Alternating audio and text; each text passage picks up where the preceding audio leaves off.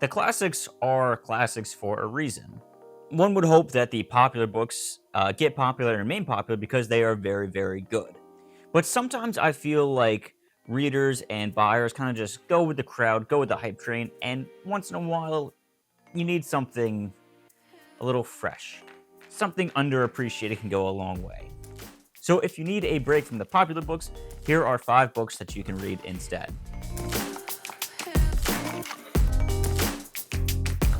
Now, just before we begin, I don't want to say that the books I'm telling you not to read are bad books. Usually, they're pretty good. Like I said, popular books, classics, they have that status for a reason. Not all the time, though. Some books like Fourth Wing are complete ass. But I'm going to try to stay positive on this list and not talk trash about Fourth Wing, or Honor and Flame, or Onyx Storm. All right, let's begin. First up, who doesn't like Sarah J. Maas? Maas. However you say her name. First up, who doesn't like Sarah J. Maas? I kind of really enjoyed the ACOTAR books. I'm reading the Assassin's Blade books right now, Throne of Glass. I'm holding the wrong one. All right, this is the book we're talking about, Throne of Glass. I'm currently 3 books into this series. I am enjoying it, not as much as I enjoyed ACOTAR, but, you know, Akamath, it's a near-perfect book. Can't really beat it. But while I enjoyed this one, there's another book I read this year that is very similar in story, but wildly different in tone and theme and style, and it's 10 times better, but gets 10 times less attention.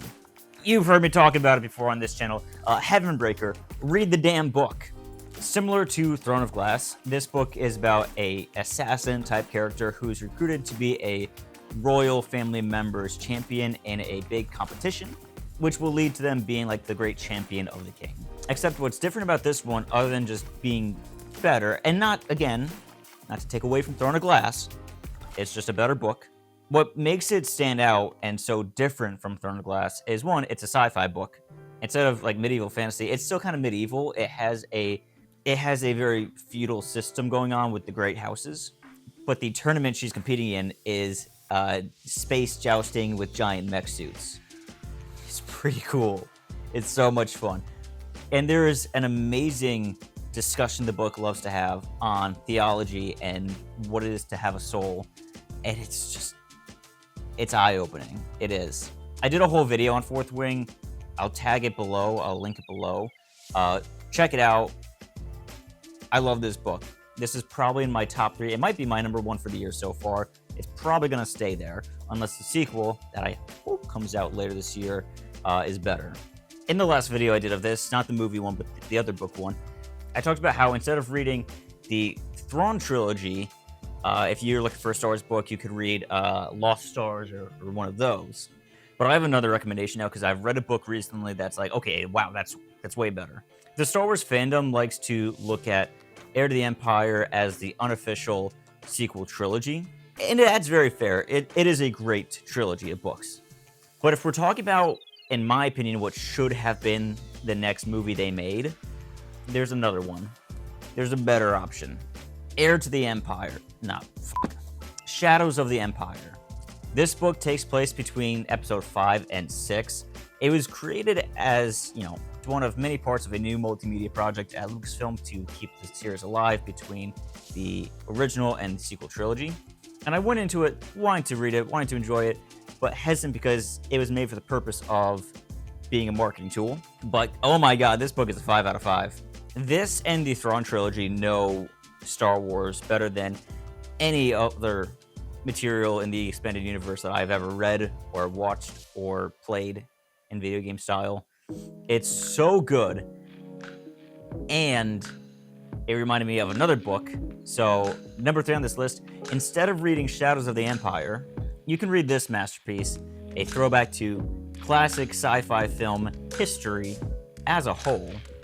Genre hopping from adventure to horror to humor to kind of a straight-up fantasy in some points. Empire of the Void and the sequel Lost World of the Void. This series, the Empire Marathon, is just...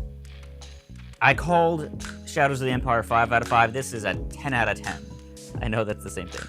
The Empire Marathon, as the series is called, is like I said, a journey through sci-fi film history. It is a married couple from Earth exploring the furthest reaches of space, and they find an evil empire led by a godlike being. It's very much a classic episodic space opera adventure, but what makes this so fun is that while the first book in the series is the classic space opera, it's got dogfights, it's got the fun robot sidekicks, uh, blasters, and a killer soundtrack. The second one in the series hops over to the 20s, 30s, like creature feature, like King Kong in space. It's awesome. And every book in the series does that. I mean, they're still being worked on. But everything about it, while it feels like these movies we grew up on, is all brand new. And no book in the series is like the previous one. All right, let's get into spooky books. This one I didn't have a great time with. It's called the Necronomicon, the Book of the Dead. Read it. My friends didn't enjoy it.